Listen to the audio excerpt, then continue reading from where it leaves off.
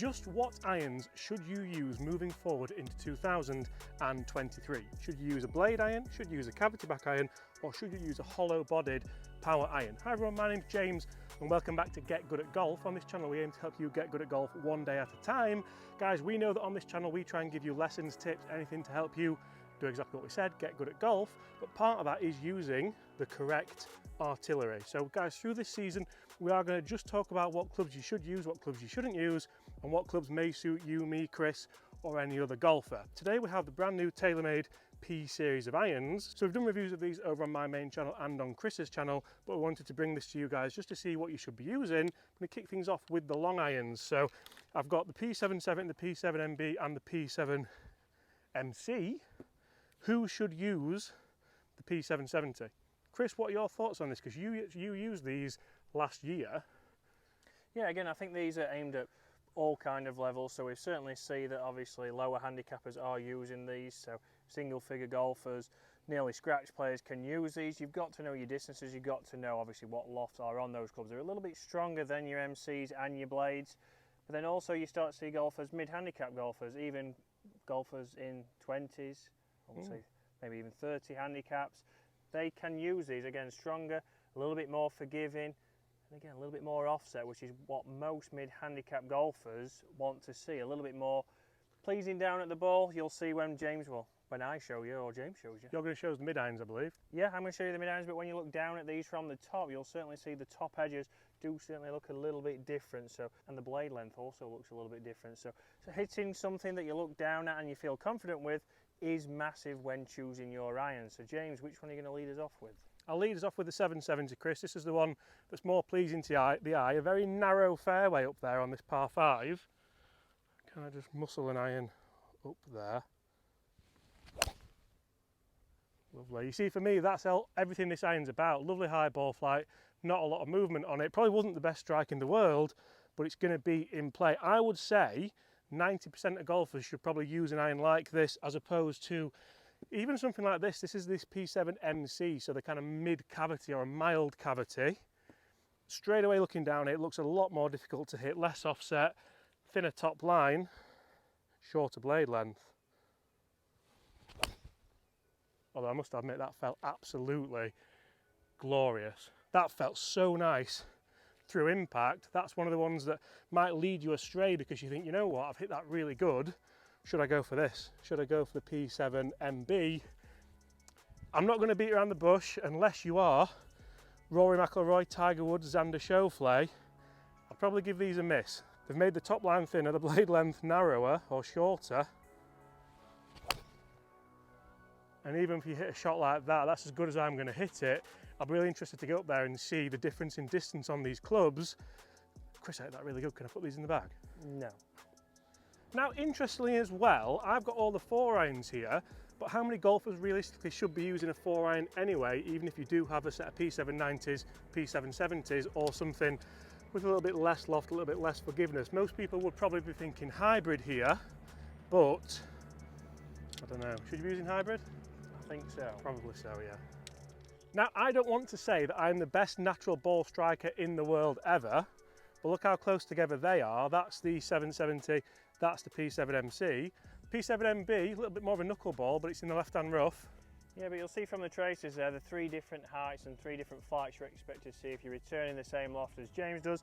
We know every golfer doesn't do that, but we're going to see a lower trajectory with those MBs potentially. They're going to launch either distance-wise, still good, but it's a case of we're going to have to be a lot more pinpoint with the MB. So think about your strike on a cold winter's morning. Do your warm-up? Are you going to be hitting out the middle every time?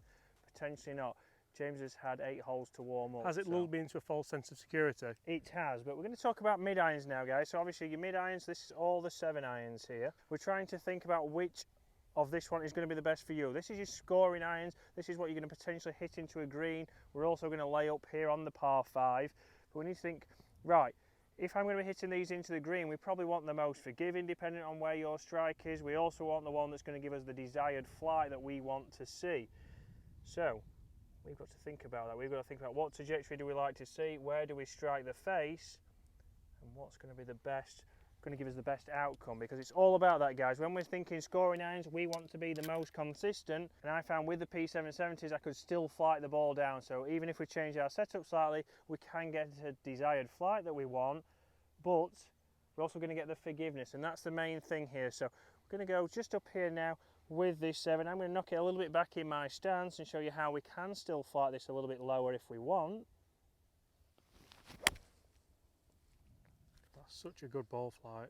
And even there, with an iron that's designed to launch a little bit higher potentially, yes, it is stronger loft, but it is designed to be launched a little bit higher than the next two clubs we're going to use, I could still flight that down. That was a centered strike. It came off exactly how I wanted, and it will have gone the distance. Fucking divot. If you want to learn how to do that, subscribe to this channel. Correct. So now I go down straight away to the MC, and one big thing I see straight away from that is, you know, that thinner top edge. It doesn't feel as welcoming down the ball, even with a mid iron. Blade length again, ever so slightly shorter. Doesn't fill me with confidence. So if we're trying to hit into a flag, even if we're trying to hit the middle of the green, are we a little bit more conscious of that over the ball, which I would say 90% of golfers will be. Again there, a nice strike, but again I've played 8 holes, I'm nice and warmed up, but on that first hole it might not be what you want to see. And then yes, everybody wants to use these clubs. These are, well, a lot of people say are the best looking. These are certainly now starting to get very much similar look in the bag, but straight away down at the ball, wow. to me it feels like the ball is nearly covering all of the face. There I've really got to be swinging good on that day. If I'm slightly off, we're not going to be consistent, and that's what we're looking for to get good at golf. Oh, you ripped it as well. But again, just like James, bit of a ball striking masterclass. I didn't expect it to go like this, did you? No, me neither. So we're going to show you now, guys. We're going to show you the pitching wedge, which again is your final scoring iron, and how they look down at the golf ball when we're attacking pins. Guys, just a real quick one just to see how you are finding the new channel here at Get Good at Golf. We really hope you are enjoying it. Hope it's helping you get good at golf and helping you enjoy your golf probably a bit more as well. Get in the comments below, let us know what you'd like to see, let us know how you'd like us to help you. We also have some news coming soon. Oh my god.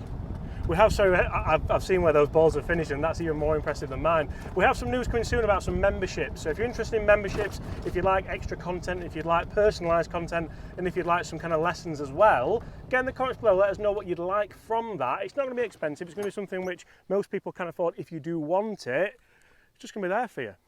Yeah, it's just going to be a little bit more personal stuff, answer any questions that you want, and help your game personally.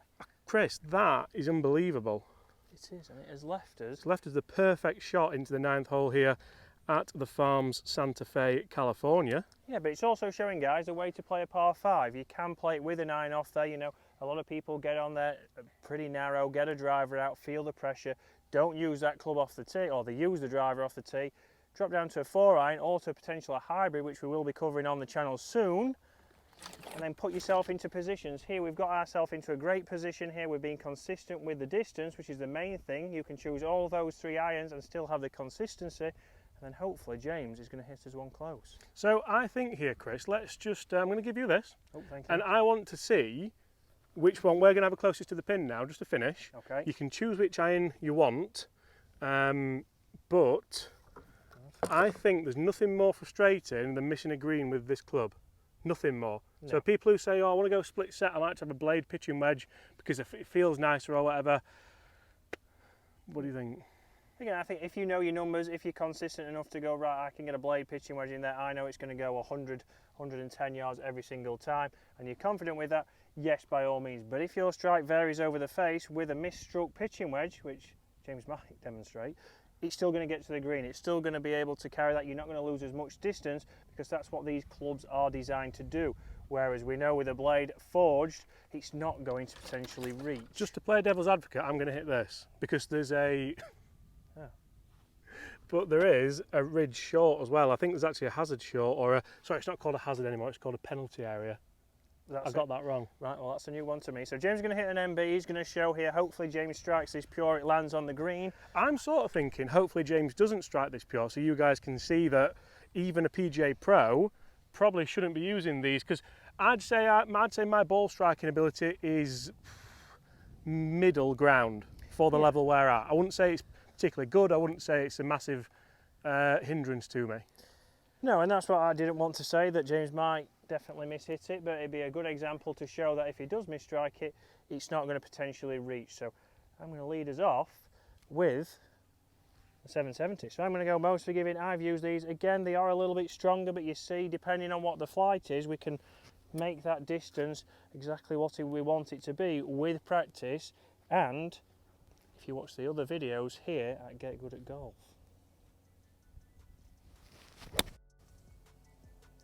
What a strike. So I've struck that pretty well. Is it a bit long? Oh, it's not long, it's next to the flag. Prime example there, off a hanging line, not always easy to strike. A little bit of a toe strike, but it's still got the distance that we want. All of a sudden, I'm not feeling as confident, Chris. No, certainly needs a perfect strike. Mine's in there pretty close. There's a great strike. As good a strike as I've got. Is it the in. distance? Oh, is it? Yes, please. So guys, we've let a group through here, but I believe I have just beat Chris on the nearest to pin. Again, a false sense of security for me, so we've hit a couple of shots, not really under the pressure of a proper game environment. No, I wouldn't be using these P7MBs. Really, really fun to use and fun to review them, but when you're under the gun, not particularly for me.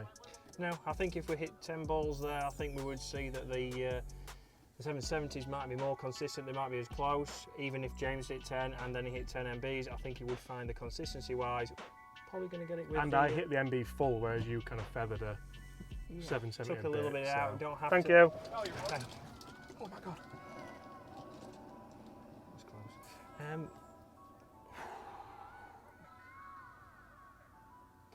That was nearly death.